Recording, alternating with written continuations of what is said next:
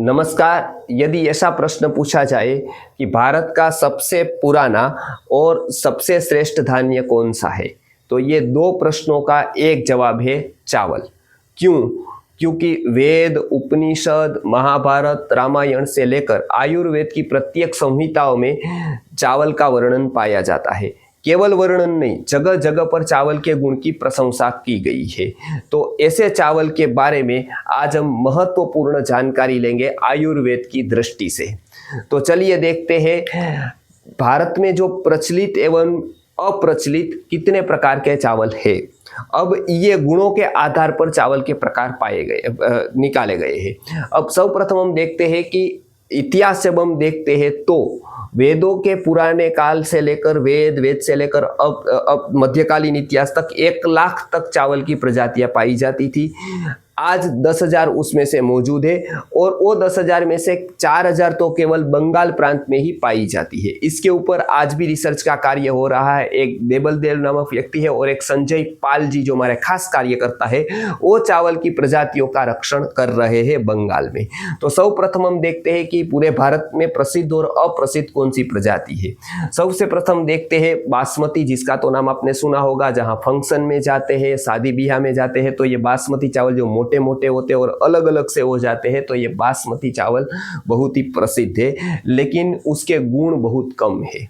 यानी कि और शादी ब्याह में या फंक्शन में ही खाने जाने चाहिए। यद्यपि वो महंगा है क्योंकि वो देखने में अच्छा है, लेकिन उसके गुण कम है। बहुत ही प्रसिद्ध है ये। उसके बाद देखते हैं सुखवेल नामक एक जाति आती है। उससे ज्यादा थोड़ा गुण सुखवेल में है। उससे थोड़ा ज्यादा जीराहार, गुजरात में जिसको जीरासर कहते हैं, वो प्रजाति में ज्यादा गुण पाए जाते हैं। उसकी ज्यादातर खिचड़ी बनती है।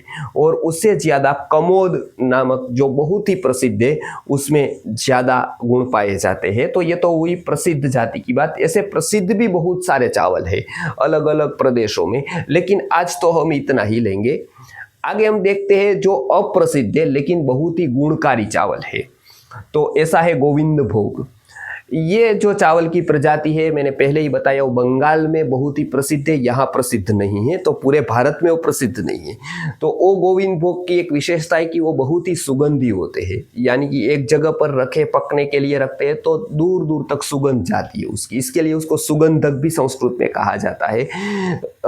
इसको इंग्लिश में सेंटेड कहा जाता है। तो ये सेंटेड राइस के नाम से बंगाल में प्रसिद्ध है गोविंद भोग। उसके बाद उससे ज्यादा गुण वाले होते हैं कृष्ण कमोद, जो या काले चावल आते हैं। वो श्रेष्ठ गर्भ पोषक माने गए हैं और इनफर्टिलिटी के लिए औषधि में भी इसका उपयोग किया जाता है।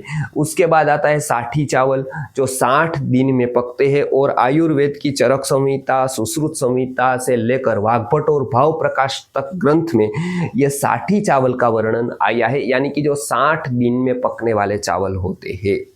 उसके बाद सबसे पहले नंबर पर यदि गुणों में श्रेष्ठ कहे जाए तो वो है लोहितशाली। यह सर्वश्रेष्ठ है।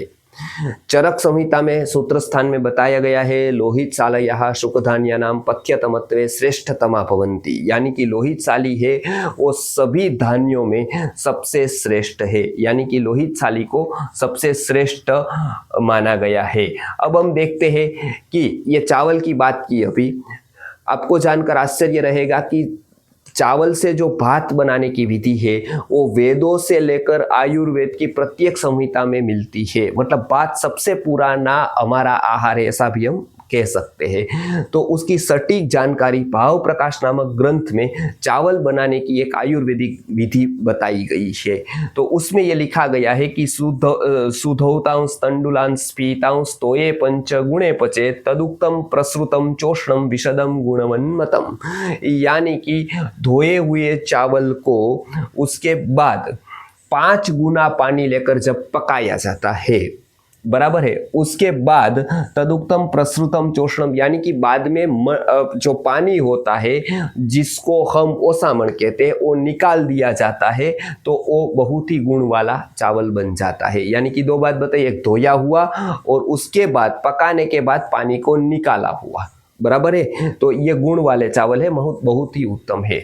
अब ये गुण क्या क्या है तो बताया है, भक्तम वन्नीकरम पथ्यम तर्पणम रोचनम लघु, यानी कि ऐसे जो भक्त यानी कि भात है, जिसको भात कहते हैं। आप देखिए दो शब्द आएंगे, चावल भात, भात यानी पकाया हुआ, तो भक्तम वन्नीकरम अग्नि को प्रदीप्त करता है, पथ्य है तर्पण करता है, रुचि को बढ़ाता है और पचने में लघु हो जाता है। लेकिन जब ऐसा नहीं होता है, उल्टा होता है, यानी कि क्या है कि बरोबर नहीं धोया हुआ चावल जब सीधा रखा जाता है और उसके बाद पानी के साथ ही उसको चावल को जब खाया जाता है, यानी कि ओसामण निकाले बिना ही उसको खाया जाता है, तब वो कैसा हो जाता है, शीत हो जाता है, गुरु हो जाता है, रुचि का नाश करता है, यानी इतना हम नहीं खा सकते हैं, और कफ को बढ़ाता है। तो इससे यह जानकारी मिलती है कि एक तो 5 गुना पानी में पकाना है, उसके बाद पानी को यानी कि ओसामण को निकाल देना है, और ओसामण निकाल देने से चावल के जो एक्चुअली गुण है वो प्राप्त होते हैं। आगे हम देखते हैं कि विभिन्न प्रकार के जो चावल है उसके अलग अलग प्रकार के गुण जो हम देखते हैं कि ओसामण बिना का चावल जो हमने देख लिया उसके गुण क्या है,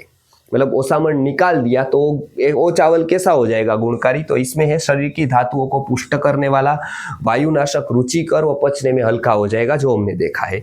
अच्छा, ओसामण रखते हैं, यदि पानी उसमें रखते हैं तो क्या होगा, तो एक तो पचने में भारी हो जाएगा, क्योंकि वो बाष्प जो पानी के अंदर रहेगी ना वो भारी हो जाती है, इसके लिए पानी को निकाला जाता है क्योंकि उसमें बाष्प होती है।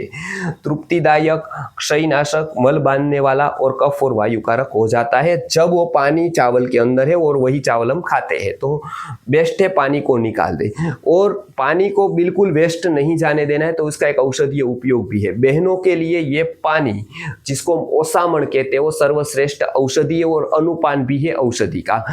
आयुर्वेद में जो प्रदर रोग है यानी कि व्हाइट डिस्चार्ज बहनों को होता है, इसमें कुछ दवाइयां दी जाती है, जैसे पुष्यानुक चूर्ण, वो पुष्यानुक चूर्ण को ये ओसामण के साथ लिया जाता है।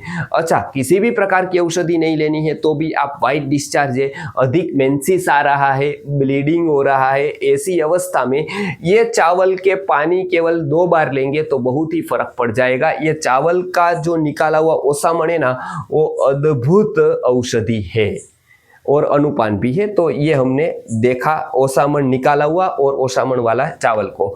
अब हम देखते हैं कि चावल जो हम लाते हैं वो नए हैं या पुराने हैं। तो नए पकाए हुए चावल यानी कि नए चावल है तो क्या गुण होंगे उसके, तो ये देखते हैं कि नए पकाए हुए चावल है वो अति मधुर है क्योंकि नए है, पौष्टिक है, पचने में भारी है, नया अन्न पचने में भारी होता है, कफ और मेद की वृद्धि करने वाला है ये नया।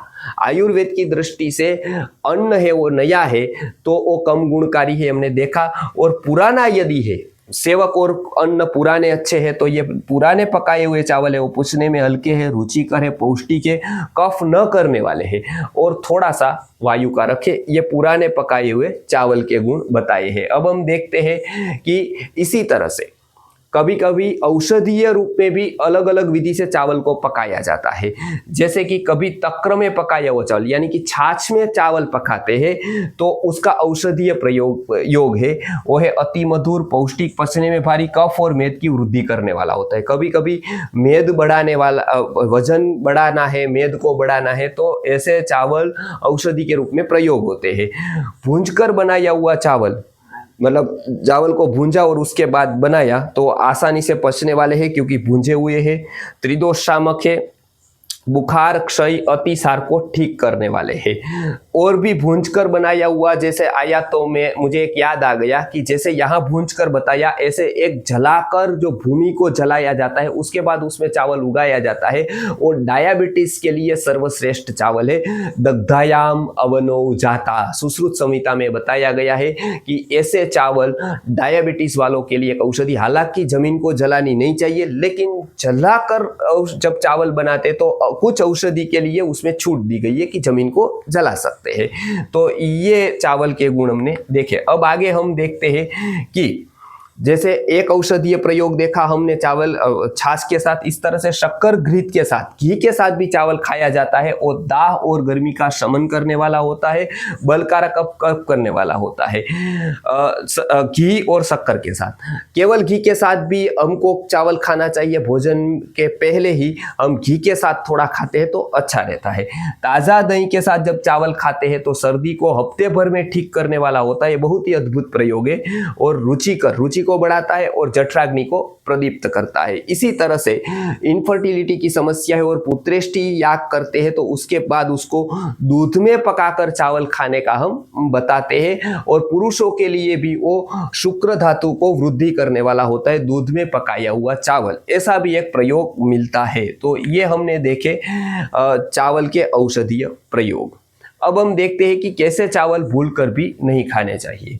तो खास आप याद रखिए कि जब बड़ी मात्रा में बहुत सारे लोगों के चावल जब एक साथ बन रहे हो तब ये ज्यादा शक्यता बढ़ जाती है अर्धपक्व चावल की, यानी कि आधे पके हो, बराबर दाना नरम नहीं हुआ हो, तब क्या करते हैं वो निकाल देते, मतलब ला देते हैं, तब वो अर्धपक्व कहे जाते हैं। ऐसे चावल जो होते हैं वो अतिवायुकारक और पचने में अवरोधक होते हैं। तो ये हुआ अर्धपक्व, ये हुई अर्धपक्व चावल की बात।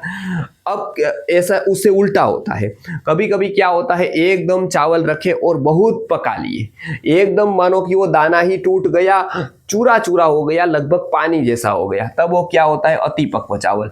वो सर्दी खांसी मंदाग्नि व कब्ज करने वाला हो जाता है, उसके गुण बिल्कुल चले जाते क्योंकि वो खुद ही नहीं रहा, खुद ही उसका फॉर्म बदल दिया, मतलब तो वो गुण उसके चले जाते हैं। फिर अभी की सिस्टम आधुनिक रीति से आ गई है कि ओवन में कोई कोई लोग चावल पकाते हैं, तो आप याद रखिए ओवन में पकाया हुआ चावल है उसके गुण नहीं है वो चावल के, वो व्यक्ति के बल को हरने वाला हो जाता है, मतलब वो बल नहीं देता है, गुण नहीं देता है। और खास करके फ्रीज का चावल, अभी हम क्या करते हैं पककर उसको फ्रीज में रख देते, ऐसे चावल तो आप भूलकर भी न खाए क्योंकि ऐसे चावल जो होते हैं वो पचने में बहुत भारी हो जाते हैं और वायु यानी कि गैस को करने वाले होते हैं। तो ऐसे चावल भूलकर भी नहीं खाने चाहिए। तो ये चावल के बारे में हमने जानकारी देखी। आयुर्वेद की ऐसी महत्वपूर्ण जानकारी हमारे शास्त्रोक्त आयुर्वेदा चैनल पर भी उपलब्ध है और बहुत सारे वीडियोस तो आचार्य मेहुल भाई चैनल पर भी आयुर्वेद के ऐसे शास्त्रोक्त माहिती के आधार पर। तो ऐसे ही हम वीडियोस का अध्ययन करते जाएंगे और आयुर्वेद के संहिताओं के साथ जुड़े रहेंगे। इतना कहकर हम समाप्ति करते हैं।